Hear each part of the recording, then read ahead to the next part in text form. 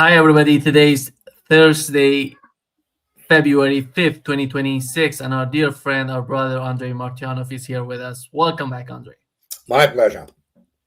Please hit like button, helping us reach even more people, and follow Andrei Martyanov on his weblog, on his website, smoothiex12.blogspot.com, and you can follow him on his YouTube channel as well, the same name.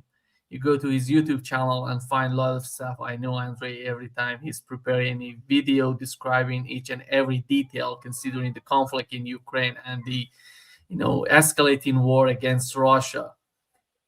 Andre, let me start with, as you know, I'm in Iran, and right now we have a huge escalation in terms of the military, the equipment the United States brought to the region in order to put a lot of pressure on Iran. Maybe, nobody knows what's going on in the mind of Donald Trump and his administration. He may attack, in the next hour.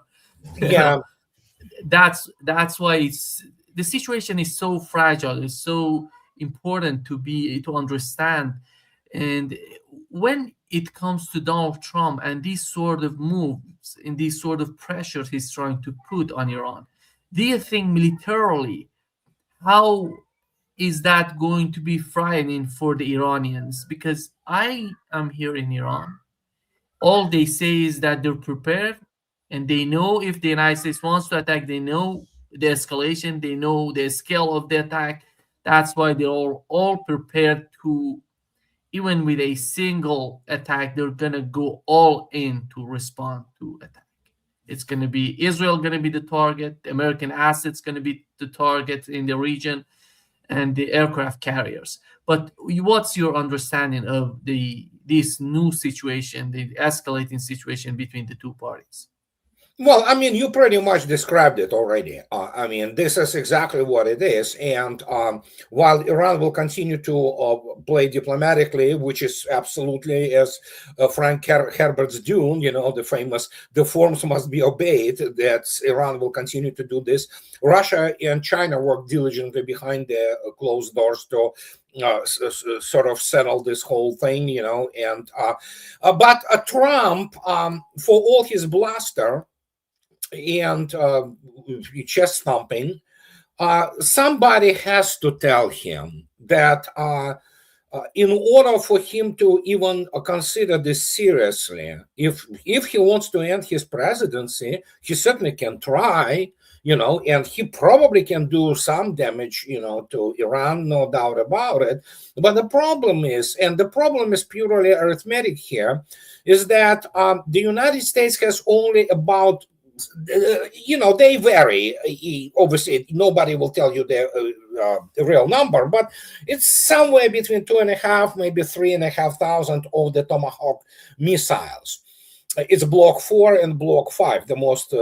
They are still obsolete, but they are just Tomahawk missiles. That's the only asset, the standoff weaponry, which United States can use without being affected, for example, immediately in the naval sphere, so to speak. Because, you can run, some aircraft, but primarily the basically Arleigh class destroyers, and obviously the Virginia class submarines, and you can pull in one of the highest, which still goes out to sea, which is the SSGN, which has been converted to carry 152, I believe, Tomahawks. Once you launch that, you might get some targets, okay? But first, Iran does have air defense. And secondly, what are you going to do with the bases, American bases in the area? And Israel gets it immediately, because everybody understands what drives U.S. policy towards Iran. It's the fact that Trump is owned by Bibi Netanyahu and the Israeli government. And so that's pretty much basically the spectrum, if you wish, or the range of the possibilities. And that's it. Of course, they may try to, do their traditional thing, like, alpha strikes, bring another carrier battle group in the area. Okay, that will bring it to the 120 aircraft capable of rotating and launching whatever they can launch. But again, United States is absolutely incapable in absolute terms, to conduct combined arms operations. The only, especially in Iran, I mean, this is a nightmarish terrain, and the U.S. Army is absolutely incapable to really fight that kind of war. Iran is a large country with the significant industrial capability and significant armed forces. And so the only hope is to create some kind of the, range of the explosions, all kinds of things like that, and maybe utilize whatever there is left there in the fifth column to overthrow the regime, as they say. Well, I mean, they can try. The problem for them, as I already stated, from Aludate or whatever the number of other bases, they get it. In order for them to do this, they need to start withdraw their personnel. And anybody who thinks that Patriot Pact 3 can defend against the massive strike, I have a bridge to sell them. Okay, so in Trump, the last thing Trump needs now are the coffins covered in, stars and stripes, going back home. And that could create massive losses, casualties on the American side. So, who knows? But as you already stated, as long as Iranians are ready, it all may come to naught, and maybe probably the shares of Raytheon may go up after that because they will have to replenish whatever they will spend. But other than that, I don't see much in this, so to speak, direction, unless, of course, we're talking maybe of things which we don't know, some kind of massive, liberal pro-Western cell ready to pick up arms and go and overthrow the, maybe, I don't know, but, who knows? You can never discard any possibility, but... Andrei, we had here in Iran the chief of staff of the Iranian armed forces, Major General Abdurrahim Musavi. He said after the 12-day war, Iran's military doctrine has shifted from defensive to offensive, with a focus on asymmetric warfare. Yeah, absolutely. That's and again, most of wars are asymmetric by nature, in a sense that you exploit the weakness of the weak spots of your enemy, and you go all in. Iran has ways to exploit this, and as I already stated, the United States actually is exposed in the region because of the range of the Iranian missiles, and so. And then again, listen, you probably remember when Iranian intelligence showed the videos from the inside of the Nevatim nuclear facilities, which obviously showed that there are Iranian agents operating somewhere there in Israel, for example. So Israel has a pretty much extensive intelligence network. So yeah, it takes two to tango, and two can do the same thing, So yeah, Iran, I assume, has more than enough assets in the region, especially to make, it's very painful for the United States and Israel. Andrei, do you see the governments or the states in the region, Arab states mostly, together with Turkey? Because it's so important to understand the behavior of Turkey. Turkey is somehow a player. I would say I see the same thing from Turkey. When it comes to Ukraine, when it comes to Iran, you see Turkey somehow trying, on one hand, you see they're trying to do something. On the other hand, they're trying to get closer to the United States. How do you see the role of Turkey, and comparing to what's going on in the mind of the Arab states in the region, which we know if something happens, the Arab states gonna be, I would say, devastated by the war. Yeah, I mean, we know that, and we know that those governments, Arab governments primarily, and they're utterly corrupt. I mean, they are sometimes monarchy satrapies, and they depend completely on what we all know, the flow of the oil, primarily. And so uh, per Turkey, Mr. Erdogan is multi-vector guy. Okay, that is to say that he's multi-chair guy. He tries to sit on all chairs simultaneously. Sometimes it works out, sometimes it don't. But you have to understand that Turkey is really dependent on the United States and in many critical respects. And Erdogan will continue to try to do this thing because he thinks that he's smarter than everybody else. Of course, the issue here is that Turkey is pushed. First, we have to understand that Erdogan, being a Muslim Brotherhood, he is obsessed with this idiotic idea of Turk people, so he has these global plans, which are, of course, kindergarten level, really, of somehow unifying Turkish people, or people all over the Eurasia and things of this nature. Turkey doesn't have the resources for that, and as such, especially considering that they have the economic problems, that he will have to basically toe the party line in the end with the United States. No matter what he says. And a lot of what he does is also PR. So it's Turkey, all right? They wanted to be the leaders of the Islamic world. They want to capture the glory of the Ottoman Empire days and things of this nature. I doubt that. So, and that's why Turkey views Iran as the competitor. First, apart from the fact that they're Sunni and Shiites, Turks are Sunnis. They view Shiite Iran as not only viable, as Iran demonstrated itself that it's a really tough country. Again, remember last 12 days when Israel learned the hard way that you don't mess with that. So, and in this case, we have to understand that there are many sympathy from what I gather. And again, don't quote me on that, but from what I gather, there's a lot of sympathy towards Iran in the Arab street. But then again, when was the last time an Arab street mattered? So, and Arabs, they completely discredited themselves, especially with the issues of Gaza and what was perpetrated there by Israel, and they set it out. The only country which actually was doing something about it was, of course, Iran. And so there's a lot, so to speak, the critical points where the interests collide between Iran and, let's say, Arab satrapies and governments. So in this case, doesn't matter what Arab Street thinks. I don't know.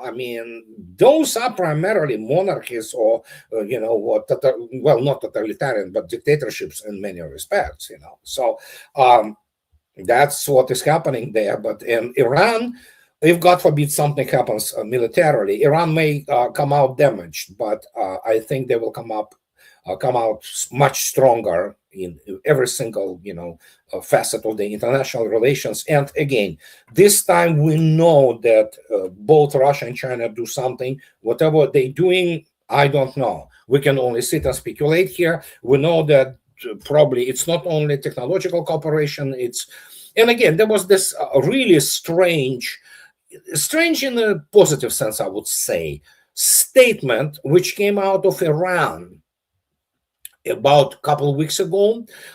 It's kind of, I read it, and it was from the reliable source. It was from one of the major Russian news official channels, when Iran actually demanded, which I can understand this totally. I'm not blaming that. That Iran demanded that Russia, with her ISR capability, intelligence, surveillance, and recon, provided the analysis of the strategic situation around Iran to Tehran.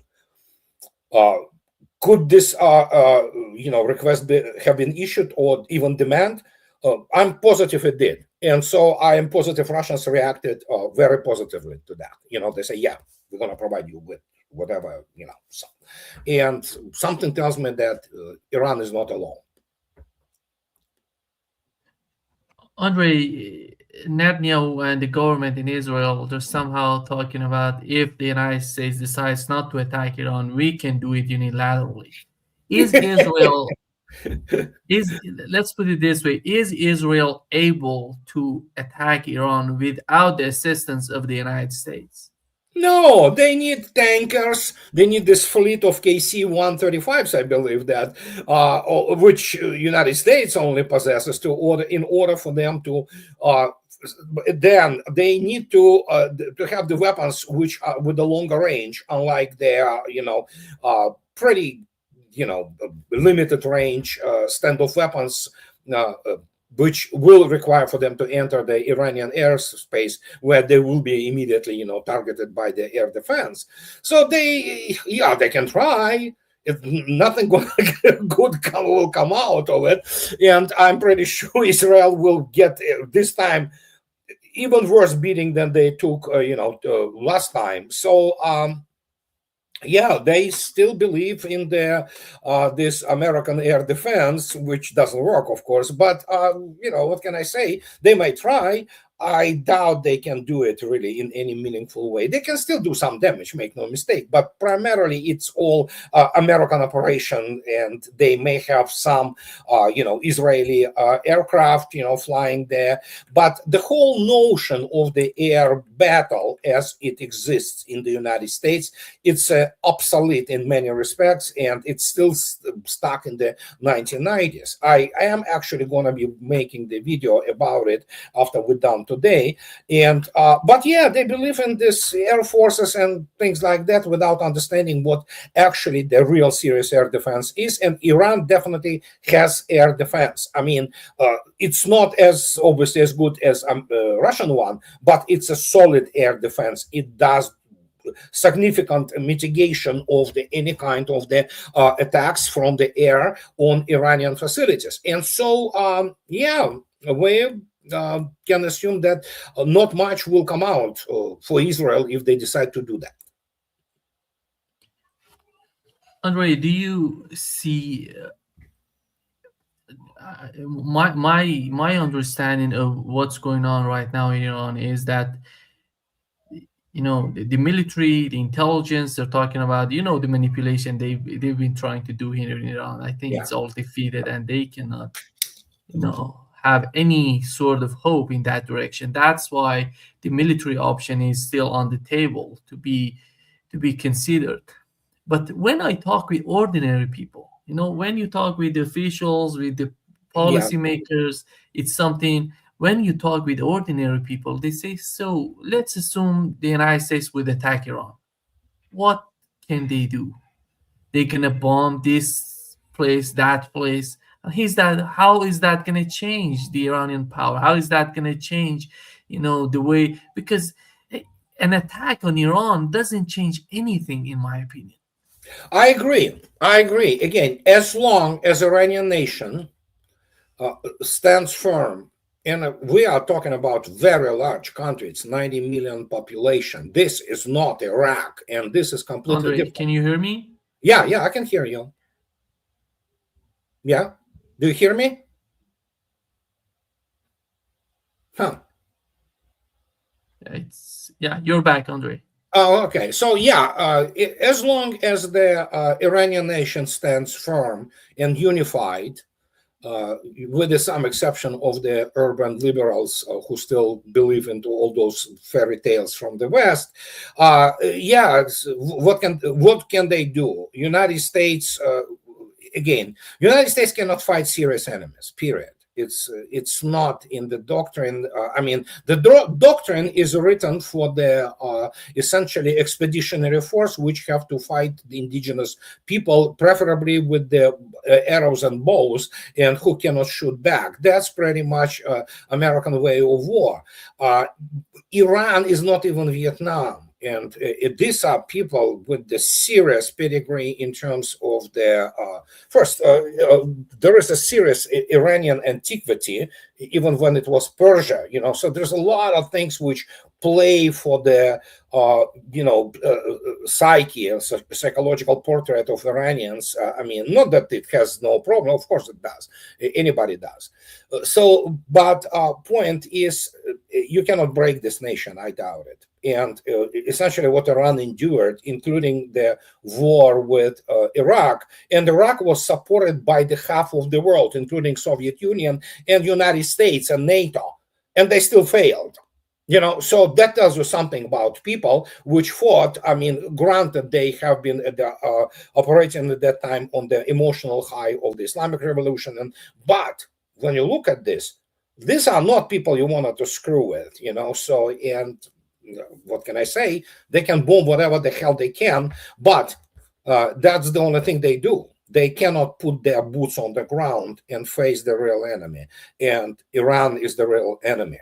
That and when you look at the terrain, it's a nightmarish terrain. If they think that they can put any kind of the armored force, and we can maneuver, no, you cannot maneuver in Iran.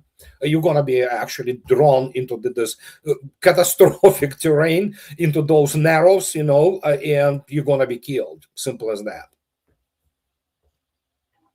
Andrei, we know that they're talking about negotiations between the Iranian foreign minister and Steve Witkoff in Oman. And it seems, Andrei, after all these, the nuclear weapons, it seems that the United States, Al Jazeera reported that the United States is now demanding that Iran limit its energy export to China.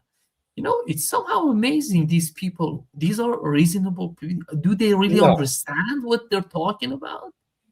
Well, I mean, maybe some maybe do, but again, their livelihood depends on that, So they have mortgages, they have their whatever families. Some have several families, maybe, So they need to, somehow provide for themselves.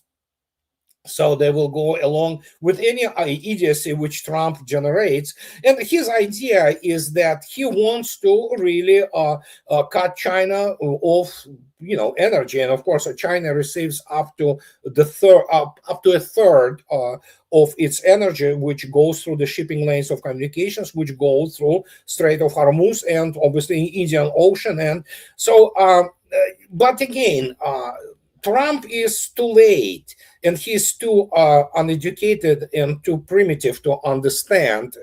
I'm sick and tired, hearing things about some strategy, and there are no strategists. Trump won't understand the first thing about strategy. It's his desires. That's how he sees the world, and he thinks that you can call it strategy. So he will try to do what he is trying to do with everything.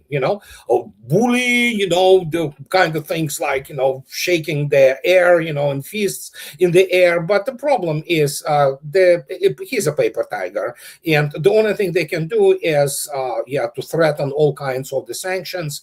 But if Iran closes Strait of Hormuz, which it can do, and we know that this morning already Iranians stopped 2 tankers, from what I read in the morning.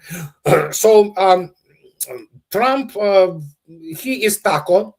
They call him taco for a reason. Trump, Trump again chickened out, So, and he knows, he probably should understand, he doesn't have much behind him, So, yeah, let's do the blockade with, naval blockade of Iran, for example. Okay.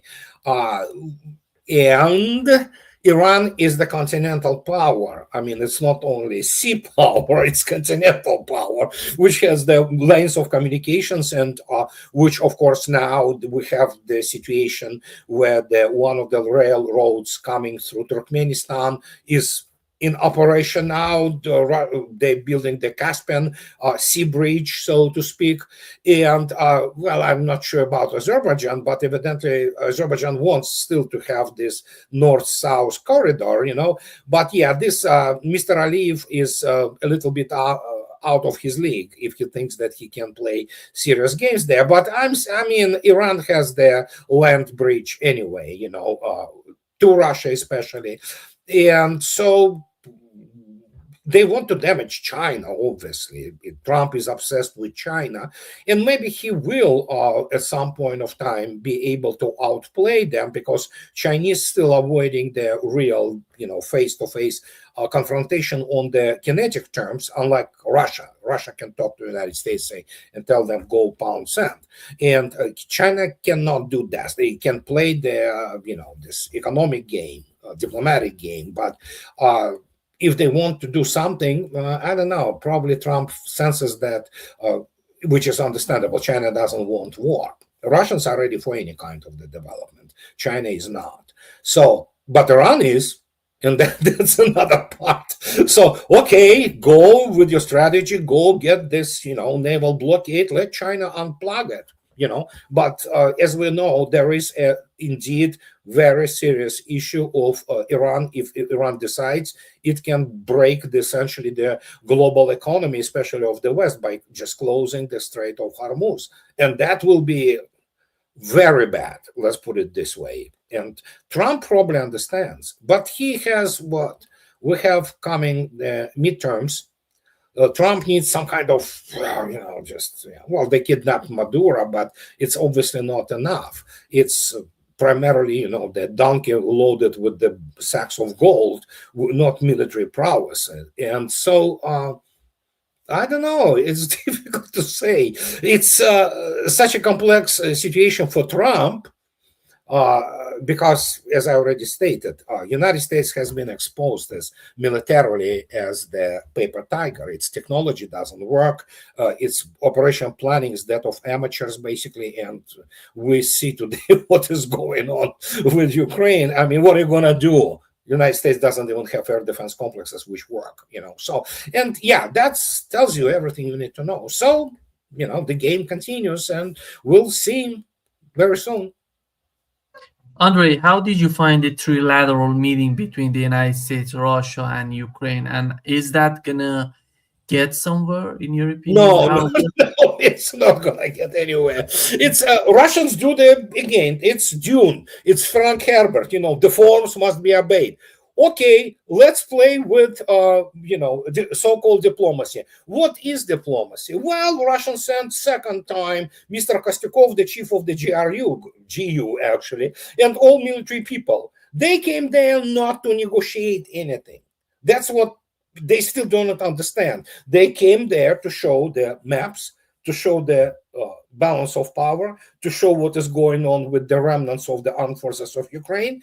And they explain where Russia will go if they do not agree. If they don't agree, okay, you die. That's exactly what happened this time. Again, they separated, and in several weeks, they're going to meet again. So just think about it. Several weeks, okay, sure. That tells you everything you need to know.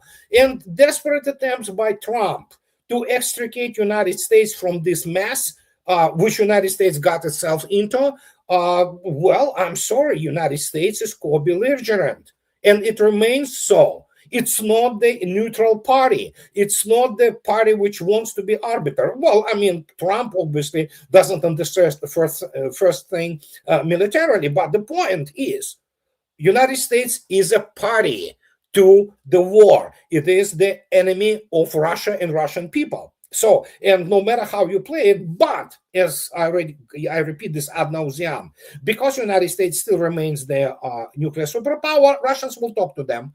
But demands are known. The Russian political objectives for war are known. They didn't change. And if Washington thinks that it can change it, I have a bridge to sell them. And so these are desperate attempts to detach United States from essentially the war crime which has been committed in Europe, And so they continue this. Yeah, Russians say, certainly we're going to negotiate, but the point is it's all for naught because as Russians stated, we either get it diplomatically or militarily. It doesn't matter for us. Do you think that Donald Trump, we know that Lindsey Graham is playing the same role every time he's talking about Tomahawk missiles, let's put them. Oh yeah, he's an idiot. I mean, yeah, technologically incompetent. Yeah, so. But overall, when you look at the Republican Party, do you think the outcome, the sum of the vectors in the Republican Party is inclined toward this, to put an end to the conflict in Ukraine, or they're still somehow hawkish about the war, the conflict? Average member of Congress of either party is moron. He's a lawyer or political scientist, or he's like Tom Cotton. First, most of them are in the pockets of Israel. So you have to understand, it's not U.S. Congress, it's Knesset 2.0. They operate in basically in favor of interest of Israel primarily. And then whatever is remaining, it's everything is subjugated to it. Secondly, militarily, they are all incompetent. There are no competent military people in US Congress, including their staffers. They live in this alternative universe, not understanding, well, United States in general is not acquainted with the real war. And so they still believe in this propaganda. They watched movies like Maverick, Top Gun Maverick, or whatever the fiction, they probably believe in Star Wars too, that United States is somehow. So yeah, they believe that United States controls the universe. And so, no, I mean it. I mean, that's how dumb they are. You cannot be, and even those graduates of the, West Point Academy and or Tom Cotton, who was a hero, in Afghanistan. So who is a lawyer, by the way, they lack their toolkit to grasp it.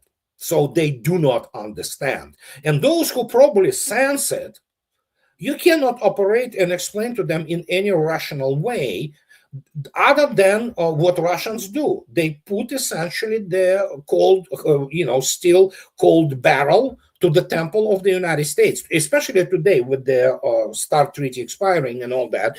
And so you have to explain to them, you lost the arms race, guys, and you lost it by a knockout. You are no way near in your military capabilities as you think you are. And even in terms of the nuclear weapons, that's a whole other story, So the United States is lagging so badly, I cannot even emphasize enough. And so as the result, what do you want to do? What do they want? They can want whatever they want. But the issue, as I just stated a couple minutes ago, that Russians are on record that we're going to achieve the aims of the special military operation either by peaceful means or militarily. Doesn't matter, but they will be achieved, and they are known. So no matter what they want, no matter how they try to maneuver, United States is a party. It's co-belligerent with Ukraine and NATO, and as the result, the only reason Russia affords talking to the United States because we live in the nuclear paradigm and the United States is the nuclear superpower. And so Russia and United States, they have responsibility to prevent their human civilization from extinction, period. That's the only reason. Other than that, if United States wants to fight Russia conventionally, Russians are ready. Go, show up. The problem is they won't be able to preposition and deploy forces in Europe to start with. They are not acquainted. They do not understand the, mismatch, technological and mismatch between Russian armed forces and U.S. military. It's horrendous. I mean, it's just you cannot close it anymore, and that's why in this case the only way they understand is pain. So in this case, the more pain and economic, military, and we obviously saw this manifest exposition essentially of U.S. Army arsenal as useless. Essentially, it can still do some damage as any weapon, but the performance was, and this is by the army, and which actually, especially at 2023. In military terms, and especially in personnel, was better than U.S. Army ever was, And so I'm talking about Ukrainians. And so when you look at this, okay, you can want whatever you want, but the logic of the circumstances and strategy and military strategy rules the day, period. It owns it. So they can go out, make all kinds of statements. They can go into their golf courses or whatever the clubs they have on the weekend and discuss whatever they want. You're not going to get it. You're going to get only what is prescribed by the political aims of Russian special military operation against NATO. It's not Ukraine is merely that, instrument. And so, let them want whatever they want. They can go out and, purge the hot air, shake their fists in the air, geopolitics or whatever passes for it, and is based on the balance of power. And the balance of power is not in favor of the United States by a long shot. Andrei, what's so amazing to me that New START treaty, which is one of the most significant treaties, in my opinion, in the human history, nobody's talking about it. Nobody's, somehow it seems that they somehow ignoring the importance of this treaty. And do they really want a prosperous, you know, situation for the whole planet? Because if you're concerned about these sort of weapons, you have to consider that, they have started this treaty not because they were somehow, they wanted to do something for the future generation, for the future to do, but Yeah, it I doesn't seem mean, that the West is any more concerned about that. they got high on their own supply, especially in the 90s when the Soviet Union collapsed. They, as usual, learned all the wrong lessons. They evidently, we can say it now very convincingly, it's have been empirically proved. U.S. military learns no lessons whatsoever from any kind of wars, and they are incapable of doing this. So, and the same goes for the policymakers, because they are, yes. And again, I want to reiterate the point which is made by Major General Latif, who served 20 years in DARPA and has the PhD in physics, apart from being military person, who wrote in his book 2016, Future Wars, that everything that American public and its policymakers know about war, they know from the entertainment industry. Evidently, U.S. military also knows most of it from the entertainment industry. So you're looking at people who do not understand what they are doing. And at that time, once the generation of the American World War II veterans, who were the real deal bona fide people who saw the horror of war, for example, George H.W. Bush, senior. So he was a bona fide military veteran, and he went through hell during the war. So they understood what they were dealing with. These guys don't. They're a bunch of the degree mills academic frauds who went through this Ivy League, which are degree mills, and so they do not grasp that. First, what it means, because their issue of the, let's say, dulling of the fear of the nuclear weapons kind of operate, well, it's dulled, let's put it this way. And secondly, they still think that United States somehow that big of a superpower. It's in terms of nuclear weapons, United States is not even in the same league with Russia. And so they believed it was the same with the INF treaty, intermediate range, missiles. They thought, oh yeah, we're so good technologically, let's quit it. Or let's quit anti-ballistic missile treaty. Each time they quit those things, thinking that they have lead, this essentially demonstrated them, dudes, you are just third world compared to what is being deployed by Russia. And as a result, the same is happening here, So, and Trump believed that he can build a golden dome, whatever, or golden fleet. It's kindergarten level delusion, So, and yeah, it's difficult to explain to these people, that hey, you know what? You are not as good as you think you are. In fact, is you're not good at all, And so for them, it's just their world basically collapses, and that's what is happening. And many of them, and as during the all kinds of the huge crisis, and it's what we observe is not just a huge crisis, we're observing the historical level event of the combined West, well, basically decomposing and losing everything. Look at Europe, for example, and the United States is not far behind, albeit still in the privileged position here. And as always the case in these situations, and I went through this, you get a lot of people who may not necessarily intellectually grasp it, but they can sense it. And as the result, you have a lot of mental situations. People go bananas. They lose their touch with the reality because of some kind of the, external, very bad stimuli. And here we are. You have the people, you look at the average member of Congress or some American generals. Good Lord, these are not normal people in many respects. They have no grasp of reality. They believe their own Kool-Aid. And it's difficult to explain that, dudes, you're not that good. You never were, you know.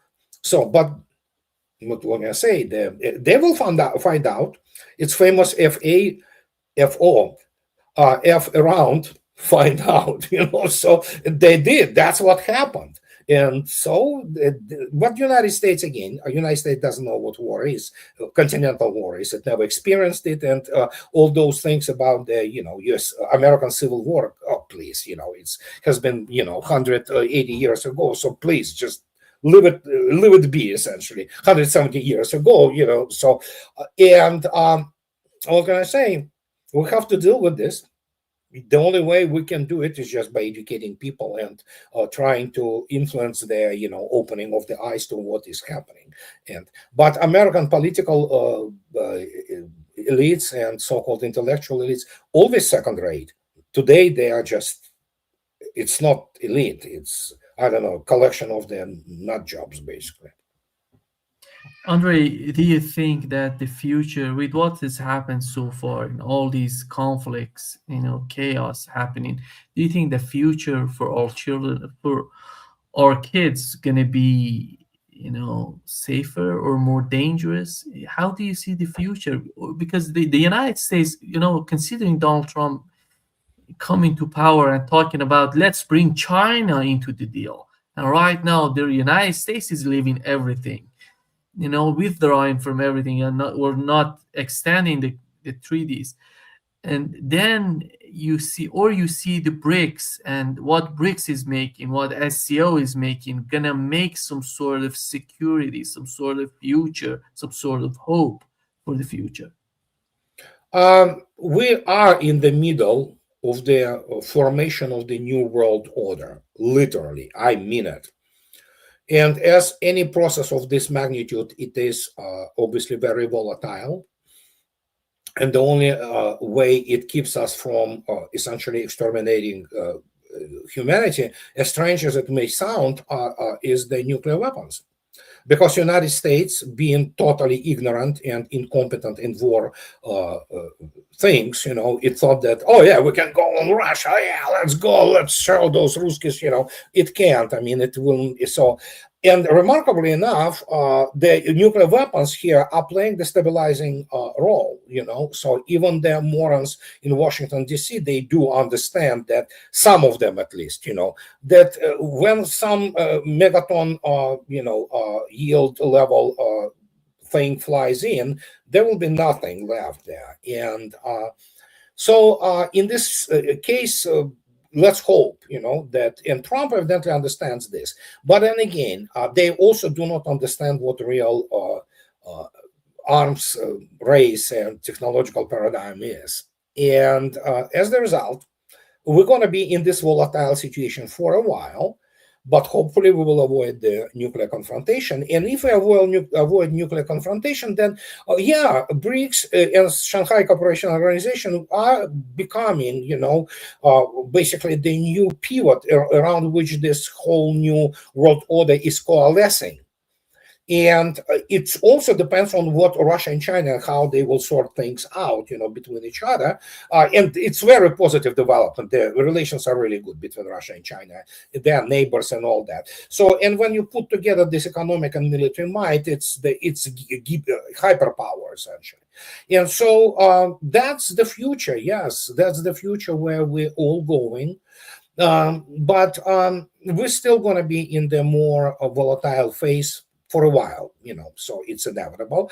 And the United States, it needs their right. Well, it's not going to happen in a radical way, but United States elites in Washington, D.C., they need to be completely removed from power until new people with the new views and younger people who have the brains to grasp at least something, come into power in the United States and begin to change, the overall direction of the country, which obviously needs it. Otherwise, United States will disintegrate. And believe me, as strange as it sounds, Russians are terrified of the fact that if the United States begins to disintegrate. And so that's the stage at which we are now. And well, Russia does on her part as much as she can, to prevent any kind of the conflagration which may create their essentially nuclear exchange, and that's good enough for now, But yeah, kind of buckle up. So we're going to be into this for a while. Yeah. Thank you so much, Andrei, for being with us today. Great pleasure, as My always. pleasure. My pleasure, Nima. See you All right. soon. Bye Bye-bye. bye.